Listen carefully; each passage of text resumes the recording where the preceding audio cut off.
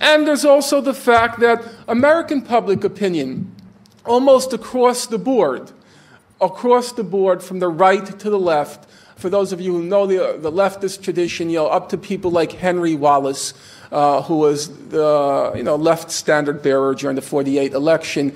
Even from right to left, they all supported the Zionists, and they all had contempt for the Arabs, basically because they operated from this paradigm that the Zionist movement represented progress, represented civilization, represented Western values, and they operate from the point of view that, while, quote, a British MP, Richard Crossman, he asked the question in a book he wrote in 1944, why is it that all Americans across the board show so complete disregard for the Arab case?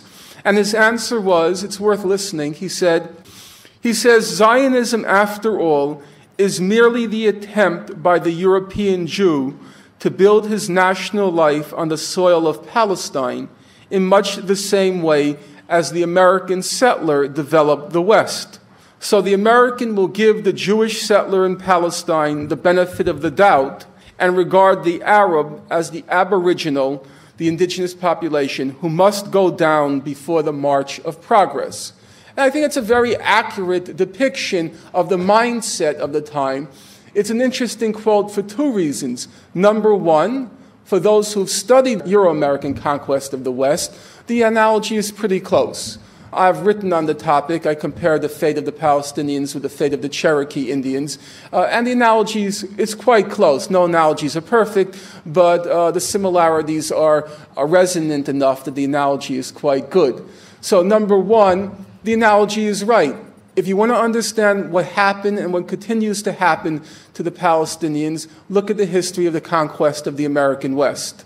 The second reason the quote is quite interesting is the analogy is correct, but the moral value we attach to it is very different today. We no longer look at the Euro-American conquest of the West as an unmitigated good. And we no longer look at it merely as the march of progress.